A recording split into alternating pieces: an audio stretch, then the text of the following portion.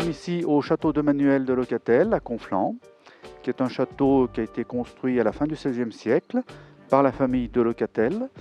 Par la suite, donc, les héritiers de la famille de Manuel va agrandir, va aménager le château pour le transformer d'une maison forte et devenir donc un château à la française, c'est-à-dire entre cour, où nous nous trouvons aujourd'hui, et jardin, donc côté Albertville. Il y a eu deux temps et deux familles finalement. Alors côté cour, en fait, c'est l'aspect service. C'est-à-dire qu'autour de nous, donc la partie centrale, c'est la partie d'origine, donc la partie du XVIe siècle. Et par contre, derrière nous et autour de nous, ce sont des dépendances. Juste derrière moi, c'est la buanderie. Et au fond de la cour, donc c'est la grange, l'écurie. Nous nous trouvons à l'intérieur du château, dans la salle de garde, qui au XVIe siècle hébergeait la garnison.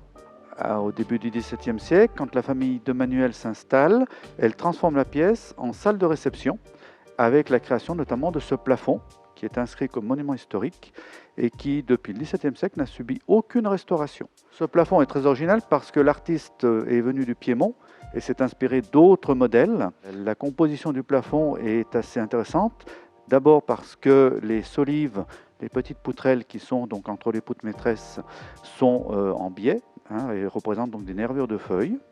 Et la deuxième particularité, c'est qu'il est entièrement peint avec des médaillons représentant des paysages locaux. C'est la cuisine d'origine du château qui a été aménagée au XVIIIe siècle et qui, de cette époque, a conservé un certain nombre d'éléments intéressants et même maintenant quasiment disparus.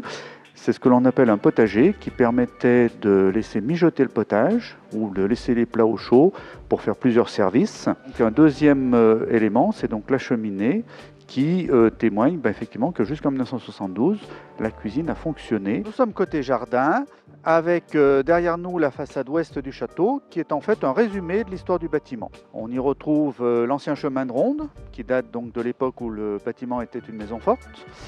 On retrouve ensuite les aménagements successifs au XVIIIe et XIXe siècle, avec la construction de la tour des archives, c'est-à-dire la tour qui se trouve à notre droite. On retrouve comme aménagement le perron, qui a été aménagé au XIXe siècle par donc le comte de Manuel, qui fut le premier maire d'Albertville en 1836. Dernier aménagement, donc l'orangerie, qui se trouve donc à notre gauche ici, et qui donc a été aménagée au XVIIIe siècle pour abriter des orangers et des citronniers, qui étaient donc des arbres d'ornement sur cette terrasse. Alors, la famille a vendu le château en 1972 donc à la ville d'Albertville, qui depuis donc s'occupe à la fois de l'entretien, des travaux et l'utilise pour des cérémonies officielles, notamment l'accueil de sportifs ou de personnalités dans le cadre par exemple du festival de musique militaire.